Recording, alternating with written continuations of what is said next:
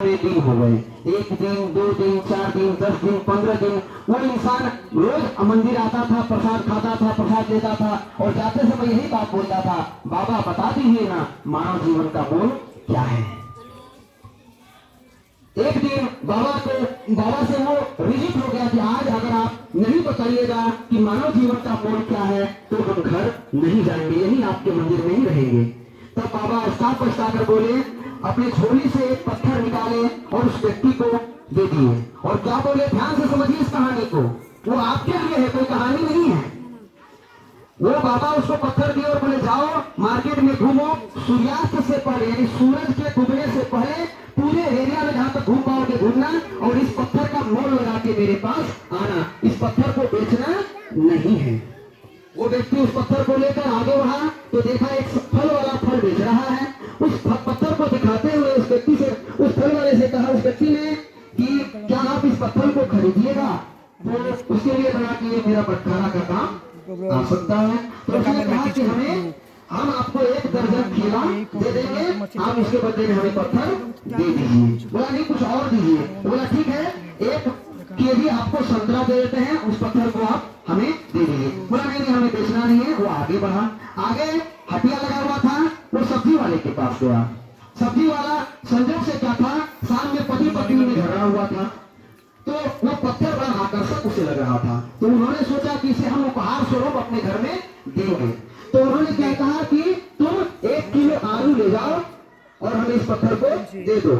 उस व्यक्ति ने कहा नहीं कुछ और ज्यादा दीजिए। बोला ठीक है 2 किलो आलू ले लो, इस पत्थर को दे दो। बोला नहीं और ज्यादा दीजिए। बोला 1 बोरी आलू ले लो और इस पत्थर को दे दो। बोला नहीं हमें बेचना नहीं है। और वो आगे बढ़ गया। इस तरह से कई सारे दुकानों में होते हुए एक फिर वो आगे बढ़ा तो सोनारों का यानी सोने का आभूषण बनाने वाले का दुकान सब था। वो जब वहां गया तो वो कहा कि इस पत्थर को आप लीजिए। तो वो सोनार को वो पत्थर कीमती नजर आया और उन्होंने कहा ये पत्थर वाह क्या पत्थर है, तुम ऐसा करो 1 भर सोना ले लो और इस पत्थर को हमें दे दो।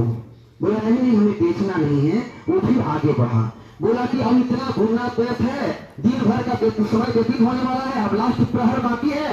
ऐसा करते हैं एक रईस जो है, जो हीरे का व्यापारी है, मैं उनके पास जाऊंगा और वो सही सही इस पत्थर का मोल लगा देंगे।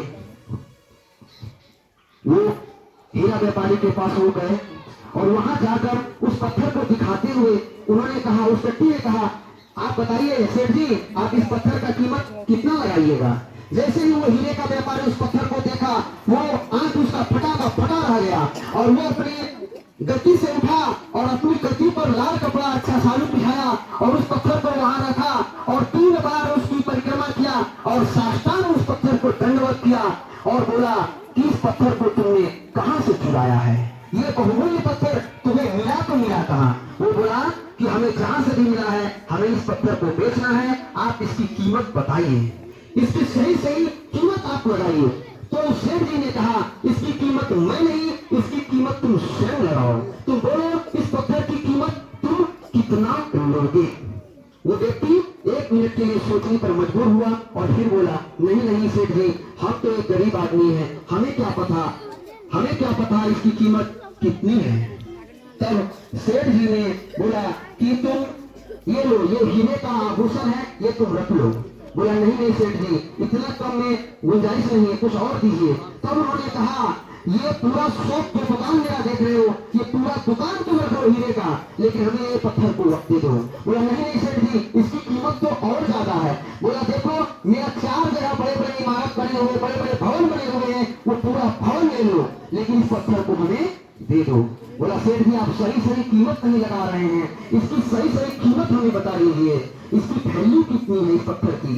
बोला इस पत्थर की कोई वैल्यू नहीं लगा सकते हम, ये पत्थर अनमोल है, ये पूरी कायनात भी अगर हम इसे इस पत्थर के बदले में दे दे तो भी कम है, इसीलिए इस पत्थर की कोई भी तुलना नहीं की जा सकती। इसीलिए आप जो कीमत बोलोगे मैं वो कीमत अदा करने के लिए तैयार हूं, लेकिन इस पत्थर को हमें दे दो। इस कहानी को समझिएगा, लास्ट तक ध्यान से सुनिएगा तब समझ में आएगा। वो इंसान, वो व्यक्ति उस पत्थर को लेते हुए भागा आया क्योंकि शाम 5 बजने वाला था, संध्या बेला होने वाली थी और शर्त यही था कि बाबा बोले थे अगर अगर तुम सूर्यास्त से पहले आओगे तो मैं बताऊंगा कि what is the value of human life, मानव जीवन का मोल क्या है।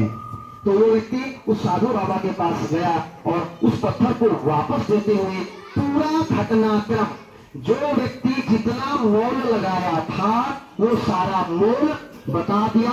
और अब वो बोला कि अब बोलिए बाबा, मैं आपका काम कर दिया और आप मेरे प्रश्नों का उत्तर दीजिए। अब आप बताइए कि मेरा वैल्यू क्या है। तो बोले कि अभी तक तुमको ये समझ में नहीं आया, ये पत्थर तो एक बहाना था, वास्तव में तुम्हें यह दिखाना था कि what is the value of human life, मानव जीवन का मोल क्या है। तो बाबा बड़ी विनम्रता पूर्वक मीठे स्वरों में बोले, ये तुम्हारे ऊपर डिपेंड करता है कि तुम इस जीवन को देखते कैसे हो। तुम चाहो तो एक दर्जन केले के भाव में अपने इस जीवन को बर्बाद कर सकते हो, तुम चाहो तो संतरे के भाव में इस जीवन को बर्बाद कर सकते हो, तुम चाहो तो एक बोरा आलू के भाव में अपने जीवन को बेच सकते हो, तुम चाहो तो सोने चांदी हीरे जवाहरात की कीमत पर अपने जीवन को बेच सकते हो। लेकिन याद रखो, एक व्यक्ति वो भी होता है जो नाली की सफाई करता है, एक व्यक्ति वो भी होता है जो मजदूरी करता है, एक व्यक्ति वो भी है जो नौकरी करता है, एक व्यक्ति वो भी है जो मुख्यमंत्री, विधायक, मंत्री, राजा मंत्री और प्रधानमंत्री होते हैं, एक व्यक्ति वो भी होता है जो वकील और जज होते हैं।